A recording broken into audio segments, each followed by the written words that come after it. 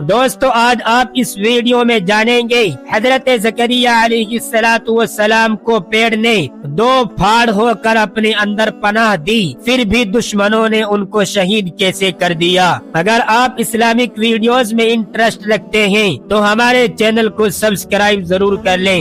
دوستو حضرت زکریا علیہ السلام بنی اسرائیل کے ان برگزیدہ انبیاء میں سے ہیں جن کی پوری زندگی عبادت، تقوی اور خدمت دین میں گزری۔ نرم گفتار، شفیق دل اور اللہ پر کامل یقین رکھنے والے یہ وہ اوصاف تھے جو آپ کی شخصیت کو نور بناتے تھے۔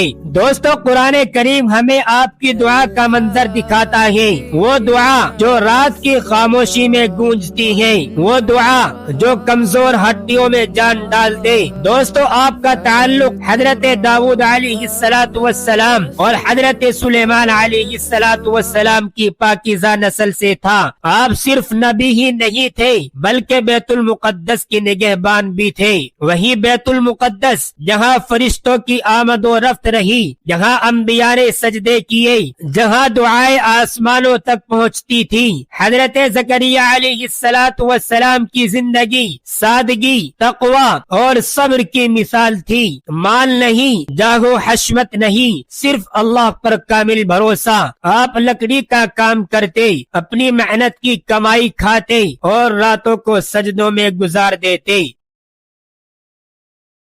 دوستو اگر ویڈیو اچھی لگی ہو تو ویڈیو کو لائک اور کمنٹ ضرور کریں، اور ایسی ہی اسلامک ویڈیوز دیکھنے کے لیے پلیز ہمارے چینل کو سبسکرائب